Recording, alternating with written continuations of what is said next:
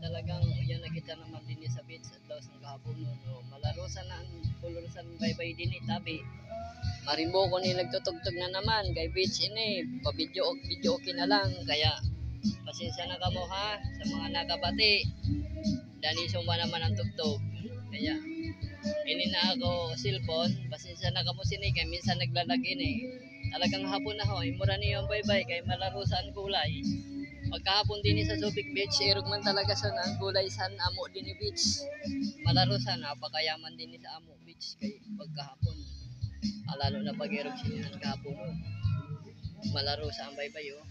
Malaro sa may mga nagkakarigos pa man pero liyo na lang guys syempre may pasok na pero okay pa maski pa panuya ako din sa beach puro adlaw nagtitinda sa ako mga paninda kaya dako-dakong pasalamat ko sa iyo din maski papano may nagbabakal man sa ako kahit sabihin pa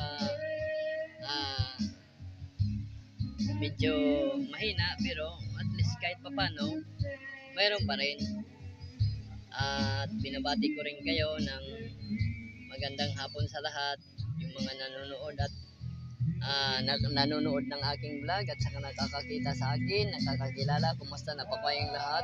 Narito lang ako sa beach palagi ng 35 minutes na lumalakad simula sa aming bahay hanggang dito sa beach. Sige po, maraming salamat po sa inyong lahat.